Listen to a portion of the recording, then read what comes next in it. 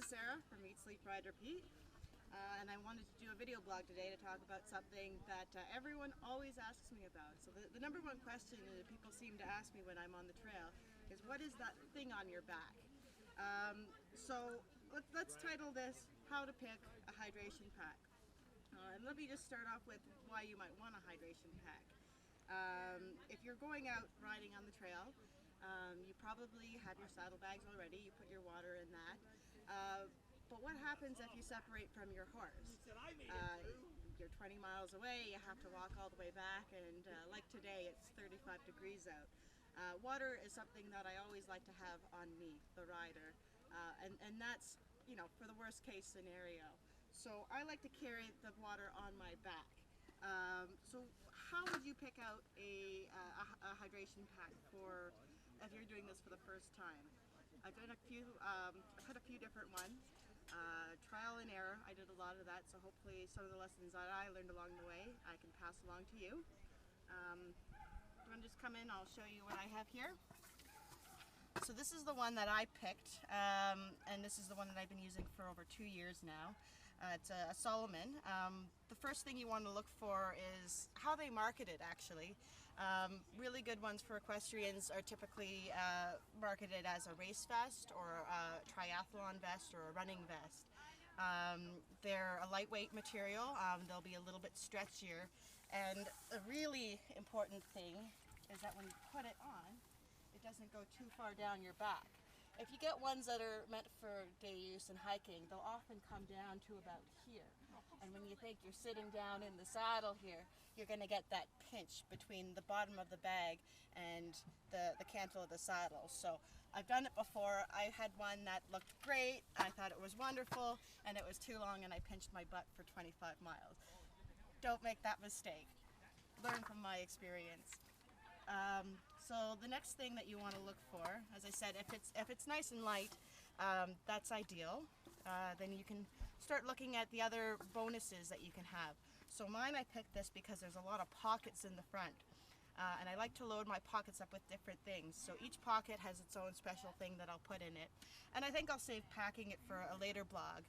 But it's really nice to have it at the front, because as you're riding, it's very difficult to get into this pack back here. But if you need things like electrolytes or your GPS or something that you may need to grab a lot, it's nice to have it right here. So personal opinion, more pockets the better. You don't necessarily have to have them, but it's definitely something that you would want to look for if you have a couple of options. Next thing I would talk about is the bladder inside of it.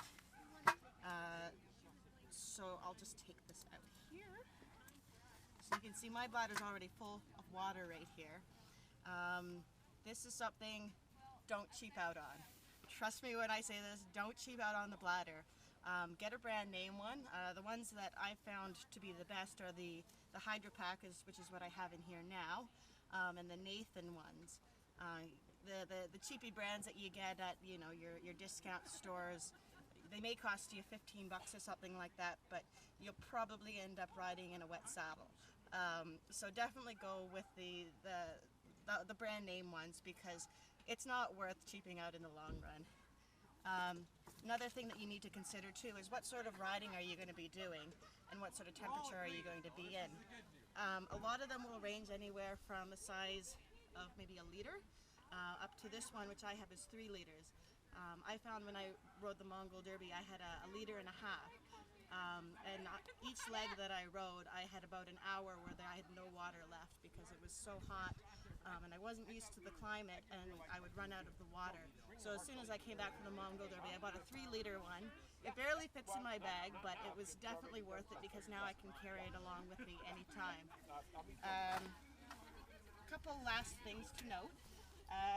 Just other bonuses of having the Hydro Pack over using a saddlebag. If you want to think about the motion of the horse, you're going to be a lot less burden to the horse when you're carrying this. It's not a static weight anymore. It's not just bouncing up and down on your horse's back. You have the control to kind of manage that weight. Just like it's better off to post while trotting than it is to sit. It's just easier for your horse. So it's not a lot of extra weight, but it is something. And when you're going for 50 or more miles, it's definitely a contributory to the success of your horse too. The other thing too, even when I'm riding and I don't need 3 liters of water, I can go like this. I lean over my horse's neck and it gets a nice spritzing. So it doesn't hurt to have extra water, and I try to go through a full pack every single loop because I don't need it. I can refresh it when I'm here in camp, so I might as well cool my horse while I ride too. So I hope that you enjoyed the basics of how to pack or how to search for a pack. And if you have any questions, you can leave it in the comments on the blog at eatsleepriderepeat.com.